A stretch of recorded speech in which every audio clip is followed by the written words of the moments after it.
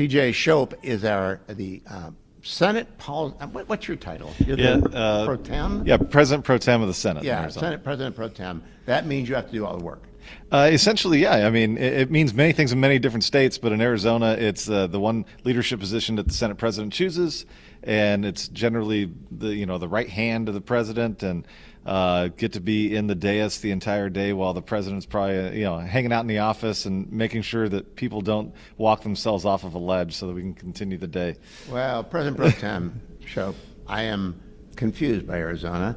I have followed it for 35 years. Went over and did Kathy Herod's dinner every 2 years. Oh, sure. Didn't do it. Haven't done it in the last 4 years because I'm just too confused how a state as well run and serious and full of smart people have picked the governors and senators you picked. What happened to Arizona? It's a really interesting thing, and I'm an Arizona native, born and raised. So just turned 40 this year.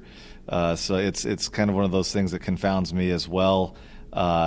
We had really a 3 election cycles string there where the nominees that I think that we put up obviously were not going to win a general, and frankly we can all just take a look at that and say, well, how do you know that? Well, because the nominees that were for the other statewide offices, who I would say ran traditional Arizona Republican campaigns, won by double digits in the same cycles that those who chose to go a different path would lose by 1 point or sometimes even more. I think that we figured it out. I think that there's been a lot of good effort out there. The legislature, both houses, Republican parties increasing their caucus numbers last session, running, I think, traditional Arizona values type of campaigns is a telltale sign of that. I don't go back to Goldwater, yeah, but Senator Kyle was a friend. Oh, great John guy. Shadegg is a friend. Absolutely. You used to have serious legislators that you sent to Washington, D.C. who actually had swing. Right. I mean, real swing, like John Kyle. You don't get much more swing than John Kyle. So it doesn't make any sense. Are you going to put people in play in the next couple of cycles that, I mean, Ruben Gallego and Mark Kelly has nothing to go write home about. Right, absolutely not. And I think that, there are still, I think, at play some up-and-coming folks. Part of my legislative district is represented by Juan Ciscomani in Congress. Great guy. I view him ideally as a U.S. Senate candidate in the hopefully very near future, who would be somebody that'd be able to put that seat most definitely in play for us. And anytime you're taking on an incumbent, obviously it's difficult. I mean, the stats speak for themselves as far as the power of incumbency, but he's the type of guy I think that could really move the needle. And other folks exist out there at play in that. But we have staring us right in the face for all of our statewide elections, governor on down. We have the Senate president is running a legitimate race for attorney general. Oh. We have Congressman Andy Biggs, who appears to be the front runner in that Republican primary for governor.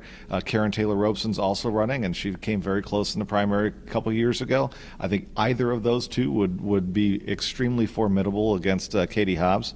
Can Katie Hobbs win? I mean, what has she done except disaster? Not much. I mean, her approval rating in the 3.5 years or 3 years or so that she's been governor has not really been above 37, 38%. Currently, her campaign is basically on some things that the legislature was able to pass and she reluctantly signed, like eliminating taxes on rental homes and apartments, things like curtailing taxes on groceries and things like that. Do Arizonans notice the fact that the border has closed? I would hope so. It has been historically our top issue over the last 25 plus years. But now it's done. But now it's done, and I go back and forth across the border because my wife and I have a place in Mexico, at what we call Arizona's beach, Rocky Point, Sonora, and I got to tell you, it is a breeze because people who are supposed to be crossing a legal port of entry are crossing a legal port of entry, and those who are not supposed to be are not trying. And the agents down there, I've never seen morale as high as I have. And I've been going back and forth across that border. My mom was born in Mexico, across the border my entire life, and I've never seen morale as high as it is among agents. So we got 1 minute. What priority does the legislature have that you can get the governor to sign? So what we were focused on, number one, is our tax conformity as we go into the session. We want to make sure that the tax cuts in the big beautiful bill are passed along to Arizona taxpayers in the form of our altering our state tax code to make sure things like the no tax on tips, et cetera. I think where we're going to run into a little bit of trouble is going to be, do we put the SALT deduction in that as a part of that or not? I think there's a lot of folks on our side of the aisle who do not want to.